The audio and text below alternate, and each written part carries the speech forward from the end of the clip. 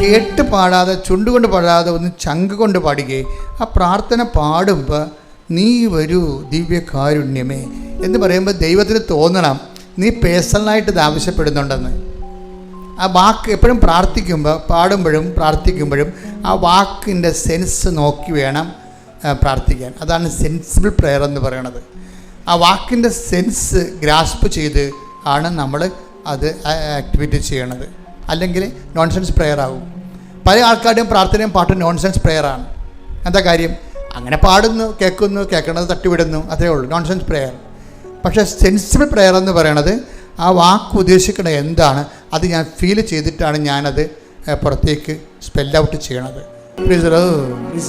ഈ പാട്ടിൻ്റെ അഭിഷേകം എന്താണെന്നറിയോ? ജീവിതം നിൻ്റെ കാരുണ്യമേ, ജീവനെ നിത്യകാരുണ്യമേ, ഇത് not by merit but by grace. അത് എൻ്റെ കയ്യിൽ നിന്ന് വിട്ടുപോയി. എൻ്റെ ജീവിതം എൻ്റെ കയ്യിൽ നിന്ന് വിട്ടുപോയി. ഇനി എൻ്റെ കഴിവിലല്ല, നിൻ്റെ കാരുണ്യത്തിൽ. സ്തുതിക്കട്ടെ. ഹല്ലേലൂയ. എഫെസ്യർ 4:30 രക്ഷയുടെ ദിനത്തിന് വേണ്ടി നിങ്ങളെ മുദ്രിതരാക്കിയ ദൈവത്തിന്റെ പരിശുദ്ധാത്മാവിനെ വേദനിപ്പിക്കരുത്.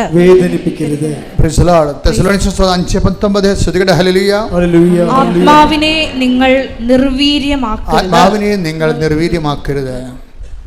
അതായത് ഇതിൻ്റെ അകത്ത് വിഷയം എന്ന് പറയുന്നത്, നമ്മൾ എപ്പോഴും ഉടമ്പടിയിരിക്കുന്നവരെ പരിശുദ്ധാത്മാവ് നിർജ്ജീവമാകാതിരിക്കാനും വേദനിക്കാതിരിക്കാനും പ്രത്യേകം ശ്രദ്ധിക്കണം.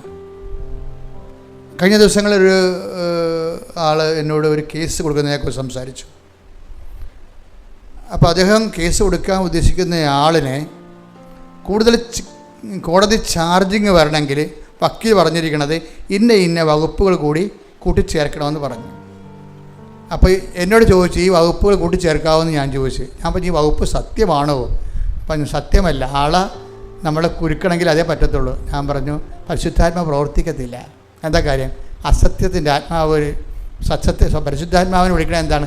സത്യത്തിൻ്റെ ആത്മാവെന്നാണ് വിളിക്കണത്. സത്യത്തിൽ നിന്നുള്ളവരെല്ലാം എൻ്റെ സ്വരം കേൾക്കും. ഉടമ്പടി ജീവിതം എന്ന് പറയുന്നത് സത്യത്തിൻ്റെ ഒരു ജീവിതമാണ്. അവിടെ നിങ്ങൾ തോറ്റാലും സത്യം വെടിയരുത്. നിങ്ങൾ മറ്റുള്ള പ്രതികളുടെ മുമ്പിൽ പിശാചിന് മുമ്പിൽ ജയിക്കാൻ വേണ്ടി പിശാചിൻ്റെ ആയുധങ്ങൾ ഉപയോഗിക്കരുത്, ദൈവത്തിൻ്റെ ആയുധങ്ങൾ ഉപയോഗിക്കണം. 6:25 എഫെസ്യൻസ് എടുക്കട്ടെ. ശ്രുതികട്ടെ. ഹല്ലേലൂയ. എഫേസോസ് 6:13 മുതലുള്ള തിരുവചനങ്ങൾ. എഫേസോസ് 6:13 അതിനാൽ ദൈവത്തിന്റെ എല്ലാ ആയുധങ്ങളും ധരിക്കുവിൻ. തിന്മയുടെ ദിനത്തിൽ ചെറുത്തു നിൽക്കാനും എല്ലാ കർത്തവ്യങ്ങളും നിറവേറ്റിക്കൊണ്ട് പിടിച്ചു നിൽക്കാനും അങ്ങനെ നിങ്ങൾക്ക് സാധിക്കും. അതിനാൽ സത്യം കൊണ്ട് അരമുറുക്കി നീതിയുടെ കവചം ധരിച്ച് നിങ്ങൾ ഉറച്ചു നിൽക്കുവിൻ. സമാധാനത്തിന്റെ സുവിശേഷത്തിനുള്ള ഒരുക്കമാകുന്ന പാദരക്ഷകൾ ധരിക്കുവിൻ. സർവോപരി ദുഷ്ടന്റെ ജ്വലിക്കുന്ന കൂരമ്പുകളെ കെടുത്തുന്നതിന് നിങ്ങളെ ശക്തരാക്കുന്ന വിശ്വാസത്തിന്റെ പരിച എടുക്കുവിൻ. രക്ഷയുടെ പടത്തൊപ്പി അണിയുകയും ദൈവവചനമാകുന്ന ആത്മാവിന്റെ വാൾ എടുക്കുകയും ചെയ്യുവിൻ. ഉടമ്പടി ജീവിതത്തിലെ ഒരു ജീവിതക്രമമുണ്ടത്. ജീവിതക്രമം, അതായത് ഇപ്പോൾ ഈ നമ്മുടെ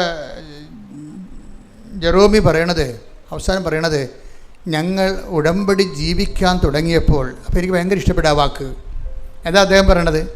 ഞങ്ങളെ രാവിലെ എഴുന്നേറ്റ് പ്രാർത്ഥിക്കാൻ തുടങ്ങിയെന്നോ ഞങ്ങൾ ദാനധർമ്മം ചെയ്യാൻ തുടങ്ങിയെന്നോ എന്നല്ല പറയണത്. ഞങ്ങൾ എന്തൊരു കോൺഷ്യസാണ്. ഞങ്ങൾ ഉടമ്പടി ജീവിക്കാൻ തുടങ്ങിയപ്പോൾ എന്ത് പറ്റി? ജീവിക്കാൻ തുടങ്ങുമ്പോൾ ഉടമ്പടിയുടെ പ്രൊട്ടക്ഷൻസ് വരും. എന്താണ് പ്രൊട്ടക്ഷൻ എന്ന് പറയണത്? അതിനകത്ത് വാഗ്ദാനങ്ങളാണ് ഉടമ്പടിയുടെ പ്രൊട്ടക്ഷൻ എന്ന് പറയുന്നത്. അപ്പോൾ നമ്മൾ ഉടമ്പടി എടുക്കുമ്പോൾ നമ്മൾക്ക് നമ്മുടെ അക്കൗണ്ടിലേക്ക് വരണത്, ഒരു അക്കൗണ്ട് ദൈവമായിട്ട് ഓപ്പൺ ചെയ്യണം. നമ്മൾ അക്കൗണ്ടിൻ്റെ സാധ്യത എന്ന് പറഞ്ഞാൽ ദൈവത്തിന് 8850 വാഗ്ദാനങ്ങളിലേക്കാണ് നമ്മൾ വരണത്. വാഗ്ദാനങ്ങൾ ഒന്നാണ്, എന്താ ഉള്ളത്? ഞാൻ നിനക്ക് മുമ്പേ എൻ്റെ ദൂതനെ അയക്കുമെന്നുള്ളത്. അപ്പോൾ ഇവിടെ ചെന്നാലും നമുക്ക് മുമ്പേ കർത്താവ് ആ ജോലി ചെയ്യാൻ വേണ്ടിയുള്ള ആളെ നമുക്ക് വേണ്ടി നിശ്ചയിച്ചിരിക്കും. വല്ലാത്ത പ്രൊട്ടക്ഷൻ. അപ്പോൾ ഈ ജെറോമിയുടെ വിഷയം എന്ന് പറയുന്നത്, ജെറോമി ഉടമ്പടി എടുത്ത്, ജെറോമി എന്താ ലൈഫ് എന്താണ്? ഉടമ്പടി അല്ലാത്തൊരു ജീവിതത്തിൽ മെറിറ്റിൽ മാത്രം ആശ്രയിച്ച് ജീവിക്കുകയും സ്വന്തം കഴിവിലെ നല്ല ശമ്പളമാണ്, അപ്പോൾ അതുകൊണ്ട് അതിലുകൊണ്ട് ജീവിച്ച് പോകണവർ. ഇപ്പോൾ ഈ പ്രത്യേകിച്ച് അതുകൊണ്ട് പ്രാർത്ഥനാ ജീവിതം ഭയങ്കര ഡാമേജാണ്. എന്താ കാര്യം? മെറിറ്റ് കൊണ്ട് തന്നെ അയാൾ ജീവിക്കുന്നുണ്ട് ഭൗതികമായി. അപ്പോൾ ഭൗതികമായ ആനുകൂല്യങ്ങൾക്ക് വേണ്ടി മാത്രമാണ് നിങ്ങൾ ദൈവത്തിൽ ആശ്രയിക്കണമെങ്കിൽ വചനം നിങ്ങളെ ഒരു രണ്ടാം തരം പൗരനായിട്ടാണ് കാണുന്നത്. ദൈവരാജ്യത്തെ പൗരന്മാരെ രണ്ടായിട്ട് വചനം തിരിച്ചിട്ട് പറയും, നിങ്ങൾ മറ്റു മനുഷ്യരെക്കാൾ ഹതഭാഗ്യന്മാരാണ്. എന്താണ്? ഇങ്ങനെയുള്ള ഒരു ദൗത്യം, വചനവും ആത്മാവിനെയും പ്രോമിസ് ചെയ്യപ്പെടാത്ത ഒരു ജനതയെക്കാളും മോശമാണ് ആര്? ഈ സ്വന്തം ഭൗതിക ആവശ്യങ്ങൾക്ക് വേണ്ടി മാത്രം ക്രിസ്തുവിൽ ആശ്രയിക്കുന്നവർ. അപ്പോൾ എപ്പോഴും ക്രിസ്തുവിൽ ആങ്കർ ചെയ്യുമ്പോൾ ശ്രദ്ധിക്കേണ്ട കാര്യം, ഇതിൻ്റെ 50% മാത്രമേ ഈ ഭൗതിക ആവശ്യങ്ങൾ വരുന്നുള്ളൂ. 50% നിത്യതയാണ് വരുന്നത്. അപ്പോൾ നിത്യതയെക്കുറിച്ച് കോൺഷ്യസ് ആകണം. അതുകൊണ്ടാണ് ഭജന എപ്പോഴും പറയണത് യേശു ക്രിസ്തുവിൽ എടുത്ത് വചനെടുത്ത് 1:15-19 ഈ ജീവിതത്തിന് വേണ്ടി മാത്രം, ഈ ജീവിതത്തിന് വേണ്ടി മാത്രം ക്രിസ്തുവിൽ പ്രത്യാശ വച്ചിട്ടുള്ളവരാണെങ്കിൽ നമ്മൾ എല്ലാ മനുഷ്യരെയും നിർഭാഗ്യരാണ്. അപ്പോൾ എന്താ പ്രശ്നം വെച്ചാൽ, ഈ ജീവിതത്തിന് വീട്, ജോലി, വിവാഹം, പ്രൊമോഷൻ, PR, പെൻഷൻ, ഇങ്ങനെയുള്ള ഈ ജീവിതത്തിന് വേണ്ടി മാത്രമാണ് നിങ്ങളെ ക്രിസ്തുവിൽ പ്രത്യാശ അർപ്പിച്ചെങ്കിൽ എന്ത് പറ്റും? അത് നിങ്ങൾ പ്രസാദപരത്തിലോ നിത്യതയിലോ അല്ല വിശ്വസിക്കുന്നത്. അപ്പോൾ മറ്റു മനുഷ്യരെക്കാളും നിങ്ങൾ ഹതഭാഗ്യവരാകും. എന്നും കൊന്നും നമ്മൾ ഉടമ്പടി പുതുക്കുന്ന ഇപ്പോൾ നീല പേപ്പർ ചില ആൾക്കാരുടെ കയ്യിലുണ്ട്, ചില ആൾക്കാരുടെ സിൽവർ ഗ്രേ ഉണ്ട്. അപ്പോൾ ഞാൻ സിൽവർ ഗ്രേക്കാരോട് ചോദിക്കും, എന്നാ നിയോഗം വെച്ചിരിക്കണത്? അത് കെട്ടിച്ചു വിട്ട മകളുടെ മകൾ, അതായത് ഇവരുടെ പേരക്കിടാവ് ഇപ്പോൾ എന്തോ കുഴപ്പമുണ്ടെന്ന് പറയണത്, അവൾ എന്നെ വിളിച്ച് പറഞ്ഞായിരുന്നു, അതാണ് വെച്ചിരിക്കുന്നത്. അപ്പോൾ നിങ്ങൾ മരണം വരെ ഉടമ്പടി ജീവിച്ച് സിൽവർ ഗ്രേയും കഴിഞ്ഞാലും ഇതുപോലെയുള്ള ഈ അലപരാധി കാര്യങ്ങളെ വെക്കത്തുള്ളൂ. ഇവർ ശരിക്കും പറഞ്ഞ് സിൽവർ ഗ്രേയിലേക്കുള്ള ആൾക്കാർ വെക്കേണ്ടത് എന്താ?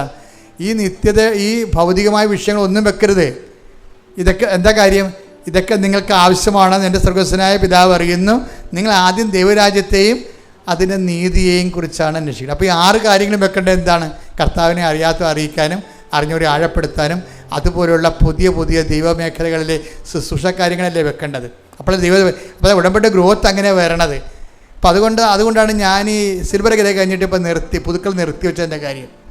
ഇനിയിപ്പോൾ ഞാനിപ്പോൾ എല്ലാവരും നേരിട്ട് ഒരു ദിവസം കാണും, സിൽവർ ഗ്രേക്കാരെ എല്ലാവരും നേരിട്ട് കാണും. എന്നിട്ട് അവരുടെ എല്ലാം എടുപ്പിക്കും. ഞാൻ അവരുടെ നിയോഗങ്ങൾ എന്തൊക്കെയാണെന്ന് എടുപ്പിച്ചിട്ട് അവർക്ക് പ്രത്യേക ധ്യാനം നടത്തി. അതിനാണ് മരിയൻ അഗ്നി അഭിഷേക ധ്യാനം എന്ന് പറഞ്ഞൊരു ധ്യാനം വരുന്നുണ്ട്. താമസമുള്ള ധ്യാനമാണ്. അപ്പോൾ അവരെ കറക്റ്റ് ചെയ്തിട്ട് അവർക്ക് കറക്റ്റ് പരിശുദ്ധാത്മാവിനെ അഭിഷേകം ചെയ്തിട്ട് അവർ ഇനിയുള്ള കാലങ്ങളിൽ ഇതിൻ്റെ ആത്മീയത എന്ന് പറയുന്നത് ഇനി നമ്മുടെ ഇല്ലായ്മയും ഓർത്തുകൊണ്ടും ഞാൻ പ്രശംസിക്കുമെന്ന് പറയുന്ന ഒരു ആധ്യാത്മികതയാണ്. അതാണ് ബൈബിളിൻ്റെ ആത്മീയത എന്ന് പറയുന്നത്. Take the bed of God. ശ്രുതികട ഹല്ലേലൂയ. 2 കൊരിന്ത്യർ 12:9 ക്രിസ്തുവിന്റെ ശക്തി എന്റെ മേൽ ആവസിക്കേണ്ടതിന് ഞാൻ പൂർവാധികം സന്തോഷത്തോടെ എന്റെ ബലഹീനതയെ കുറിച്ച് പ്രശംസിക്കും. ഇപ്പൊ നമ്മൾ ഉടമ്പടിയുടെ 1-ാം ഘട്ടത്തിലും 2-ാം ഘട്ടത്തിലും ഒക്കെ നമ്മുടെ ഇല്ലായ്മ ഓർത്തുകൊണ്ട് പ്രാർത്ഥിക്കുകയല്ലേ ചെയ്യണത്, ഇല്ലേ? ഉടമ്പടി പുരോഗമിക്കുന്ന അനുസരിച്ചുകൊണ്ട് ഈ പ്രാർത്ഥന പ്രശംസയായിട്ട് മാറും. അതാണ് വ്യത്യാസം. പ്രാർത്ഥന പരിശുദ്ധാത്മാവ് നിറയുന്ന അനുസരിച്ചുകൊണ്ട് നമ്മുടെ ഇല്ലായ്മ ദൈവകൃപ ആർജിക്കാൻ വേണ്ടിയുള്ള ദൈവത്തിൻ്റെ പദ്ധതിയുടെ ഭാഗമായിട്ട് ആന്തരിക സന്തോഷം ഉണ്ടാകും. അത് അഭിഷേകത്തിൻ്റെ വേറെ ഒരു മുതിർന്ന തലമാണ്. അപ്പോൾ അത് അതിലേക്ക് വന്നു കഴിഞ്ഞാൽ പിന്നെ ഒന്നും നമ്മൾ ചോദിക്കത്തില്ല ദൈവത്തോട്. ആ ദിവസം എന്ന് പറഞ്ഞാൽ അങ്ങനെയല്ല. അഗ്നിയഭിഷേകത്തിൻ്റെ ആ ദിവസം നിങ്ങൾ എന്നോടൊന്നും ചോദിക്കത്തില്ല. യോഹന്നാൻ 16:23 അന്ന് നിങ്ങൾ എന്നോട് ഒന്നും ചോദിക്കുകയില്ല.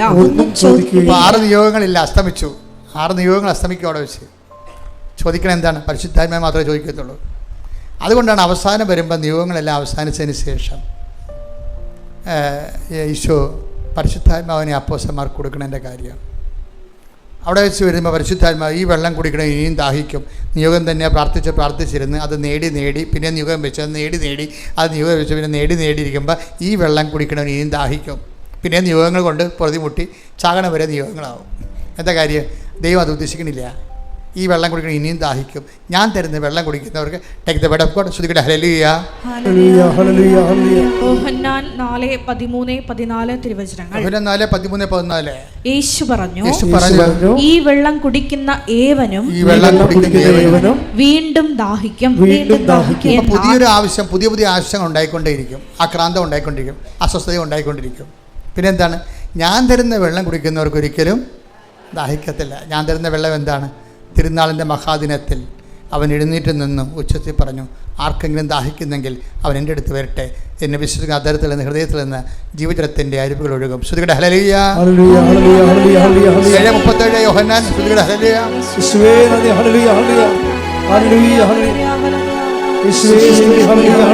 യോഹന്നാൻ 7:37. തിരുനാളിന്റെ അവസാനത്തെ മഹാദിനത്തിൽ യേശു എഴുന്നേറ്റ് നിന്ന് ശബ്ദമുയർത്തി പറഞ്ഞു, ആർക്കെങ്കിലും ദാഹിക്കുന്നെങ്കിൽ അവൻ എന്റെ അടുക്കൽ വന്ന് കുടിക്കട്ടെ. എന്നിൽ വിശ്വസിക്കുന്നവന്റെ ഹൃദയത്തിൽ നിന്ന് വിശുദ്ധ ലിഖിതം പ്രസ്താവിക്കുന്നത് പോലെ ജീവജലത്തിന്റെ അരുവികൾ ഒഴുകും. എന്താണ് ജീവജലത്തിന്റെ അരുവിയും? താഴെ പറയുന്നുണ്ട്, തന്നിൽ വിശ്വസിക്കാതിരുന്നവര് സ്വീകരിക്കാതിരിക്കുന്ന പരിശുദ്ധാത്മാവിനെ കുറിച്ചാണ് അവനത് പറഞ്ഞത്.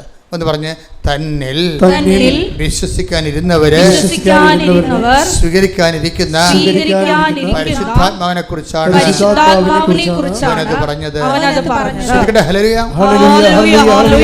ധ്യാനം അതിൻ്റെ വഴിക്ക് പോയിക്കൊണ്ടിരിക്കുകയാണ്. പരിശുദ്ധാത്മാവ് നമുക്ക് ഒരുപാട് നൽകി നമ്മൾ നയിച്ചുകൊണ്ടിരിക്കുകയാണ്. ഈ ധ്യാനം നിങ്ങൾ വീണ്ടും കൂടണം. നിങ്ങൾ ധ്യാനിപ്പിക്കുമ്പോൾ ഞാനും ധ്യാനം കൂടിക്കൊണ്ടിരിക്കുകയാണ്. കർത്താവ് നല്ല ചൈതന്യത്തോടെ ഈ കർത്താവിൻ്റെ അവകാശവും ഓഹരിയുമാകുന്ന ദൈവജനത്തോട് കാരുണ്യം കാണിക്കുന്നതാണ് ധ്യാനത്തിൻ്റെ എല്ലാ വശങ്ങളെയും കുറിച്ച് നമ്മൾ എന്ത് ചെയ്യണമെന്ന് പറഞ്ഞു തരുന്നുകൊണ്ടിരിക്കുന്നത്. പരിശുദ്ധാത്മാവിനെ നിലനിർത്തിക്കൊണ്ടിരുന്നാൽ അതിന് പറ്റുന്നൊരു ജീവിതം ജീവിക്കണമെന്നുള്ളതാണ് ഈ 6:13 എഫേസ്യൻസ് നമ്മൾ കണ്ടത്.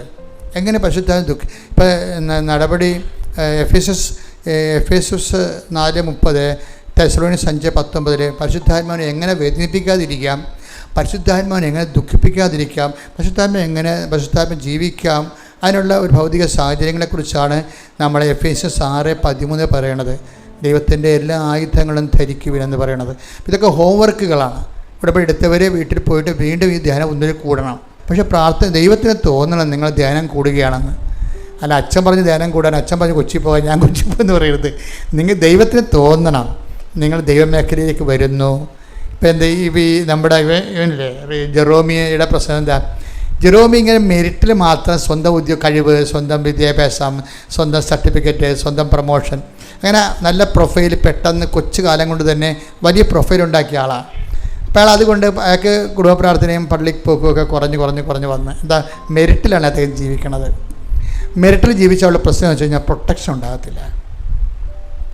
അതുകൊണ്ടാണ് ദൈവം ഒരു ഓപ്ഷൻ വെച്ചിരിക്കുന്നത്. എന്താണ്? Not by merit but by grace. അതെപ്പോഴും ഓർത്തേക്കണം. മെറിറ്റിൽ മാത്രം നമ്മൾ ആശ്രയിച്ചാൽ നമുക്ക് സംരക്ഷണം പോകും. പക്ഷെ നമ്മൾ ഗ്രേസിലും ആശ്രയിക്കണമെന്നുണ്ടെങ്കിൽ ഇപ്പോൾ ഇയാൾക്ക് എന്താ സംഭവിച്ചെന്നറിയാമോ? ഇയാൾ മെറിറ്റിൽ മാത്രം ആശ്രയിച്ചു. ജെറോമിക്ക് എന്ത് പറ്റി? പെട്ടെന്ന് സോഫ്റ്റ്വെയർ എല്ലാം ചേഞ്ച് ആയി. സോഫ്റ്റ്വെയർ എൻജിനീയറാണ്.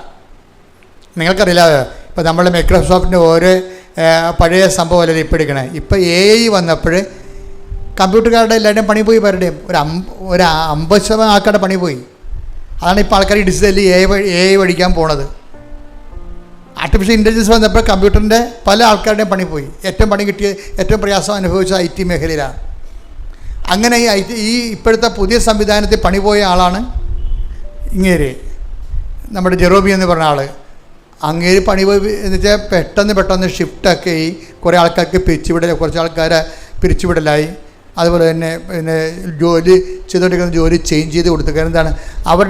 അയാൾ ചെയ്തുകൊണ്ടിരിക്കുന്ന ജോലി അയാൾ ഒരാഴ്ച കൊണ്ട് ചെയ്യണ ജോലി 1 മണിക്കൂർ കൊണ്ട് ചെയ്യാൻ പുതിയ തലമുറ കയറി വന്നു. അതാണ് അപ്പം ത്രട്ടിങ് ആയില്ലേ. അയാൾ ഒരാഴ്ച കൊണ്ട് ചെയ്തുകൊണ്ടിരുന്ന ജോലി 1 മണിക്കൂർ കൊണ്ട് ചെയ്യാൻ വേണ്ടി AI-യുടെ പുതിയ ആൾക്കാർ കയറി വന്നു. അപ്പോൾ ഇയാൾക്ക് ആക്രിപ്പണിയായി അതിൻ്റെ അകത്ത്. അപ്പോൾ പഴയ സെറ്റപ്പെല്ലാം പോയി. പണ്ട് വൈറ്റ് കോളറൊക്കെ ഇട്ട് നല്ല ശമ്പളമൊക്കെ മേടിച്ച് കഴിയുമ്പോൾ കമ്പനിക്ക് വേണമെന്നില്ല, വേണേ നിൽക്കുക അല്ലേ പോ എന്ന് പറയുന്നത്. കോൺട്രാക്റ്റല്ലേ എല്ലാം. തട്ടെന്ന് പറഞ്ഞാൽ ഇതുപോലെ വല്ലാത്ത തട്ട് കിട്ടി. അതുകൊണ്ടാണ് എപ്പോഴും നിങ്ങൾ പറയണത്, എപ്പോഴും നമ്മൾ മെറിറ്റിൽ പോകാൻ പറ്റത്തില്ല. നമ്മൾ ഉടമ്പടിയിലായിരിക്കുന്നതിൻ്റെ ഒരു ഇൻഷുറൻസ് നമ്മൾ എടുക്കുകയാണ്. എങ്ങാനും തട്ടുകേട് വന്നാൽ തന്നെ നമ്മളെ താങ്ങാൻ കർത്താവിൻ്റെ കൈകളുണ്ടാവും. കൈയടിച്ച് സ്തുതികളുടെ ഹല്ലേലൂയ. ഹല്ലേലൂയ ഹല്ലേലൂയ ഹല്ലേലൂയ ഹല്ലേലൂയ. മഹത്വം മഹത്വം ആരാധന ആരാധന ഹല്ലേലൂയ ഹല്ലേലൂയ. അത് കർത്താവിൻ്റെ ഒരു വാഗ്ദാനങ്ങളിലാണ് പോണത്. കാര്യം നിനക്ക് ലോകത്തിൽ സഞ്ചരിക്കുമ്പോൾ എന്തെങ്കിലും തട്ടുകേടുണ്ടായാലും കമ്പനിയുടെ നിയമങ്ങൾ മാറാം, ലോകത്തിൻ്റെ എൻജിനീയറിങ് ഇപ്പോഴുള്ള കറണ്ടായിട്ടുള്ള ടെക്നിക്സൊക്കെ എല്ലാം മാറാം, ടെക്നോളജി ചേഞ്ച് ചെയ്യാം. അപ്പോൾ കമ്പനി നിന്നെ പുറത്താക്കും. പക്ഷേ ഒരു അഷ്വറൻസ് നമുക്കുണ്ട്. അതാണ് I will not disown you at any cost. Company മാറിയാലും ടെക്നോളജി മാറിയാലും ഞാൻ മാറത്തില്ല, ഞാൻ നിന്നെ തങ്ങും. ടേക്ക് ദ വിടപ്പോട്ട് ശ്രുതിയുടെ ഹല്ലേലൂയ. പരമദിവ്യകാരുണ്യത്തിന് എബ്രായർ 13:5. ഞാൻ നിന്നെ ഒരു വിധത്തിലും അവഗണിക്കുകയോ ഉപേക്ഷിക്കുകയോ ഇല്ല എന്ന് അവിടുന്ന് പറഞ്ഞിട്ടുണ്ടല്ലോ. അത് വാഗ്ദാനമാണ്. അവിടുന്ന് പറഞ്ഞിട്ടുണ്ടല്ലോ, വാഗ്ദാനമാണ്. കമ്പനി നിന്നെ ഉപേക്ഷിക്കാം. ചിലപ്പോൾ നിൻ്റെ വിദ്യാഭ്യാസം അപ്ഡേറ്റ് ചെയ്യുന്നില്ല എന്നുണ്ടെങ്കിൽ നിന്നേക്കാൾ മുകളിൽ വേറെ ആൾക്കാർ വരികയും അവരെ കമ്പനി അക്കോമഡേറ്റ് ചെയ്യുകയും നിന്നെ റിജക്റ്റ് ചെയ്യുകയും ചെയ്യാം. അങ്ങനെ റിജക്ഷൻ വന്നാലും I will not disown you at any cost. എന്ത് കാരണം വന്നാലും ഈ വചനം വായിച്ചാൽ ഇരുന്ന് കരഞ്ഞു പോകും നമ്മൾ. ദൈവം എന്ത് ദീർഘവീക്ഷണത്തോടെയാണ് നമ്മളെ വേവലാദികളെ കണ്ടുകൊണ്ട് അതിനെപ്പോലും നമ്മളെ കവർ ചെയ്തുകൊണ്ടാണ് ബൈബിൾ എഴുതിയിരിക്കുന്നത്. ഇങ്ങനെ പല പല കാരണങ്ങളാൽ നീ ഉപേക്ഷിക്കപ്പെടാം, പക്ഷേ ഞാൻ നിന്നെ ഒരിക്കലും ഉപേക്ഷിക്കത്തില്ല. അതിപ്പോൾ നമ്മൾ അഷുറൻസ് ചെയ്യണത്, ഇൻഷുർ ആക്കുന്നതിൻ്റെ കാരണം ഉടമ്പടിയിലൂടെയാണ്. അതുകൊണ്ടാണ് ഈ മനുഷ്യൻ ഉടനെ വീട്ടിലായി കഴിഞ്ഞപ്പോൾ, ജോലി നഷ്ടപ്പെട്ട് വീട്ടിലായി കഴിഞ്ഞപ്പോൾ അദ്ദേഹം അമ്മയുടെ ബാഗിൽ അബുദാബി പള്ളിയിൽ ചെന്നപ്പോൾ 8 മാസത്തിന് മുമ്പാണ് ആരോ ഒരു കൃപാസനം പത്രം കൊടുത്തു. അത് കൃപാസനത്തെക്കുറിച്ച് കേട്ടുള്ള കാരണം പിന്നീട് വായിക്കാമെന്ന് പറഞ്ഞ് ബാഗിനകത്ത് മേടിച്ച് വെച്ചു. പക്ഷേ ഇവർ അമ്മയും വായിച്ചില്ല, മകനും വായിച്ചില്ല. എന്താ കാര്യം? അത് വായിക്കാതെ ഞങ്ങൾ ജീവിക്കുന്നുണ്ട്. പിന്നെ അതാണ് പ്രശ്നം. ഇത് വായിക്കേണ്ട ആവശ്യം ഞങ്ങൾക്കില്ല. ഞങ്ങൾക്ക് ആവശ്യം ശമ്പളമുണ്ട്, മാന്യമായ ജീവിതമുണ്ട്, എല്ലാവരും ഞങ്ങളെ ആശ്രയിച്ച് ജീവിക്കുന്നുണ്ട്. പിന്നെ എന്തിനാണ് ഞങ്ങളിന്ന് ദൈവത്തെ ആശ്രയിക്കണം? ഇത് വലിയ പ്രശ്നമാണ് കേട്ടോ. എല്ലാവരും മറ്റുള്ളവരും നമ്മളെ ആശ്രയിച്ച് ജീവിക്കുമ്പോൾ നമുക്ക് ദൈവത്തെ ആശ്രയിക്കാൻ പറ്റത്തില്ല. അതൊരു ഗതികെട്ട അവസ്ഥയാണ് ശരിക്കും പറഞ്ഞാൽ. ഈ പത്രം 8 മാസത്തിൻ്റെ തിരുന്നിട്ട് പോലും ഇവർ എടുക്കേണ്ട ആവശ്യമില്ല അവർക്ക്. ഇപ്പോഴാണ് മകൻ പാകത്തായി കഴിഞ്ഞപ്പോഴാണ് അമ്മക്ക് തോന്നിയത്, എടാ കൃപാസനത്തിൽ ഇങ്ങനെ കുറേ സംഭവങ്ങളൊക്കെ മാതാവ് ചെയ്യുന്നുണ്ടല്ലോ, മകനെ രക്ഷിക്കാൻ മാതാവിന് പറ്റുമായിരിക്കും എന്നും പറഞ്ഞിട്ട് മകൻ ഈ പത്രം എടുത്ത് കൊടുക്കും. ഇപ്പോൾ അവനും മുള്ളൊക്കെ ഒടിഞ്ഞ് തണ്ടല്ലൊടിഞ്ഞിരിക്കുകയാണ്. എന്താ കാര്യം? തൻ്റെ മെറിറ്റ് ഡാമേജായി. എത്ര മെറിറ്റ് ഉണ്ടെന്ന് വെച്ചിട്ടും അത് ഡാമേജ് ആയിരിക്കുകയാണ്. അപ്പോഴെന്ത് ചെയ്യുക? അവനത് വായിച്ച് അവൻ ഉടനെ ഓൺലൈൻ എടുത്ത് ഉടമ്പെടുത്ത് അത് വായിച്ച ഉടനെ ജെറമി പറയണത്, എൻ്റെ അവസ്ഥ കാരണം എനിക്ക് ഉടമ്പെടുക്കാനൊരു സാഹചര്യമായി. ഞാൻ ഈ പത്രം വായിച്ച ഉടനെ ഓൺലൈൻ ഉടമ്പടി എടുത്ത്. അപ്പോഴാണ് ഞാൻ ഓർക്കുന്നത്, ദൈവമേ ഓൺലൈൻ ഉടമ്പടി ജനങ്ങളെ നിങ്ങൾ ആരും വേദനിക്കരുത്, ഒറ്റക്കല്ല, കർത്താവ് നിങ്ങളുടെ കൂടെയുണ്ട്. കൃപാസന മാതാവ് പറന്ന് സഞ്ചാരിയായിട്ട് നിങ്ങളുടെ മുമ്പിൽ എത്താൻ വേണ്ടി അന്റാർട്ടിക്കയിലുള്ളൊരു നെറ്റുണ്ടെങ്കിൽ ഉടമ്പടി ചെയ്യാൻ വേണ്ടിയാണ് അന്ന് കോവിഡ് കാലത്ത് ദൈവം തന്നാണ് ഓൺലൈൻ ഉടമ്പടി. അപ്പോൾ പല ആൾക്കാരും എന്നോട് ചോദിച്ചു, അച്ഛാ ഈ ഓൺലൈൻ ഉടമ്പടി എന്ന് പറയുമ്പോൾ യഥാർത്ഥ ഉടമ്പടി 2018 ഉടമ്പടി എടുത്ത അനുഭവം കിട്ടിയ ആൾക്കാർ എന്നോട് ചോദിച്ചു, ഈ നമ്മുടെ യഥാർത്ഥ ഉടമ്പടിയുടെ അനുഭവം ഓൺലൈൻ കിട്ടുക? ഞാൻ പറഞ്ഞു, ഓൺലൈൻ ഉടമ്പടിക്ക് കറക്റ്റ് ഉടമ്പടി ജീവിതമല്ലേ. ഉടമ്പടി ജീവിതം ആര് ജീവിക്കുന്നുവോ അവന് അതിൻ്റെ ഫലം കിട്ടും. പിന്നെ അതിൻ്റെ അകത്ത് നേർച്ച വസ്തുക്കൾ ഉണ്ടാകത്തില്ലെന്ന് മാത്രമേ ഉള്ളൂ. അത് കോവിഡ് കഴിയുമ്പോൾ ആൾക്കാർ വന്ന് വാങ്ങിച്ചോളൂ എന്ന് ഞാൻ പറഞ്ഞു. പരമദിവ്യകാരുണ്യത്തിന് പരിശുദ്ധ പരമദിവ്യകാരുണ്യത്തിന്. അപ്പൊ ജെറോമി പറയണത്, ഞങ്ങൾ ഉടമ്പടി വെക്കാതിരുന്നൊരു കാര്യമുണ്ട്. അതെങ്ങനെ ഉടമ്പടി വെക്കണമെന്ന് എനിക്ക് അറിയത്തില്ല, അതുകൊണ്ട് വെച്ചില്ല. പക്ഷേ എൻ്റെ കുടുംബം അനുഭവിച്ച വേറൊരു പ്രശ്നമുണ്ട്. എൻ്റെ മകൾക്ക് ഈ എപ്പോഴും മൂക്കിന് ഒരു രോഗമുണ്ട്, അഡിനോയിഡിൻ്റെ ഒരു സിസ്റ്റാണ്. അതിങ്ങനെ ബൾജ് ചെയ്ത് വരും. എപ്പോഴും ജലദോഷമാണ് ഭയങ്കരമായിട്ട്. ഇപ്പോൾ ഡോക്ടറിനെ കാണിച്ചപ്പോൾ ആ കൊച്ച് എപ്പോഴും ഇങ്ങനെ അസുഖപ്പെട്ടിരിക്കും. പല ചികിത്സകൾ നോക്കിയിട്ട് നടക്കാതിരിക്കുകയാണ്. ഉടമ്പടി ഞങ്ങളത് വെച്ചിട്ടില്ല. കാര്യം അത് അവർക്ക് അത്രയും ദൈവത്തെക്കുറിച്ച് അറിവില്ലല്ലോ. അപ്പോൾ അവർക്കുള്ള അടിയന്തര പ്രശ്നം എന്താണ്? ജോലി നഷ്ടപ്പെട്ടതല്ലേ, അതാണ് വെച്ചിരിക്കുന്നത്. പക്ഷേ എന്നാ സംഭവിച്ചെന്ന് വെച്ചാൽ ഈ അഡിനോയിഡിൻ്റെ അസുഖം കൊച്ചിന് മാസങ്ങളോ വർഷങ്ങളായിട്ടുള്ളതാണ്. ഡോക്ടർ പറഞ്ഞു അത് ഓപ്പറേഷൻ ചെയ്യണമെന്ന് പറഞ്ഞ്. അപ്പോൾ ഓപ്പറേഷൻ ചെയ്യാൻ വേണ്ടിയുള്ള പ്ലാനാണ് ഇരിക്കുന്നത്. പക്ഷേ എന്ത് ചെയ്ത് ഉടമ്പടി എടുത്തതിന് ശേഷം പിന്നീട് ഇവർ വന്ന് ഇവിടെ തീർത്ഥാടന ഉടമ്പടി എടുത്തപ്പോൾ എന്നാ പറ്റി? അതിൻ്റെ അകത്ത് ഉള്ളത് എന്താണ്? ഉടമ്പടി തൈലമാണുള്ളത്. ഉടമ്പടി തൈലം എടുത്ത് ഈ അഡിനോയിഡിനെ അവർ വിശ്വാസപ്രമാണം ചൊല്ലി അവർ കെട്ടാൻ തുടങ്ങി.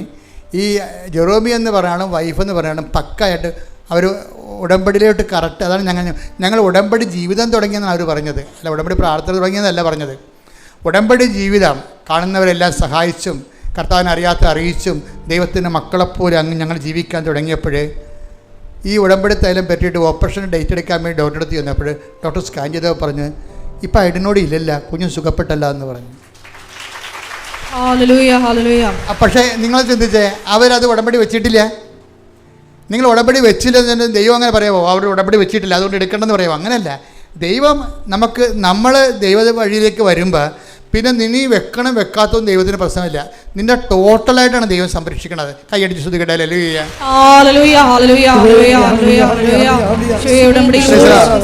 പിന്നെ ഉടനെ ജെറോമി അടുത്ത അനുഭവങ്ങൾ എന്താ വെച്ചാൽ ഉടമ്പടി ഇയാൾ സത്യസന്ധമായിട്ട് ജീവിക്കുകയല്ലേ.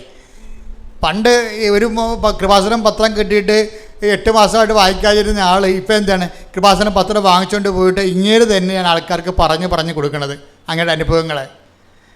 അപ്പോൾ ചെറുപ്പക്കാരെന്ന് പറഞ്ഞു കൊടുക്കുമ്പോൾ ദൈവം എന്തുമാത്രം മഹത്വപ്പെടുമെന്ന് അറിയാവോ? ആണായാലും പെണ്ണാലും ചെറുപ്പക്കാർ എപ്പോഴും ശ്രദ്ധിക്കണം. നിങ്ങൾ വയസ്സായിട്ട് വർക്ക് ചെയ്യാൻ ഇരിക്കരുത്. അതാണ് പറഞ്ഞത്, യുവാവേ നീ ചെറുപ്പമായിരിക്കുമ്പോൾ തന്നെ ദൈവത്തിന് അറിയാം.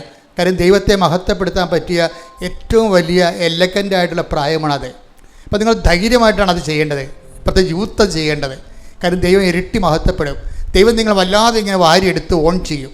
അപ്പം അതുകൊണ്ടൊന്ന് പ്രാർത്ഥിക്കുക. കർത്താവായ ദൈവമേ, എല്ലാ യുവജനങ്ങളെയും പ്രത്യേകം അനുഗ്രഹിക്കണം. അവർക്ക് വിശ്വാസത്തോടെ ആ വിശ്വാസം പ്രഘോഷിക്കാൻ അവർക്ക് പ്രത്യേക അഭിഷേകം നൽകണം. അവർക്ക് ദൈവസ്നേഹം നൽകണം.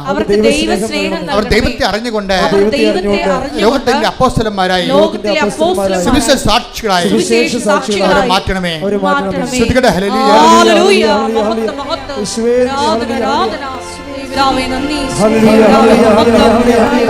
ആരാധന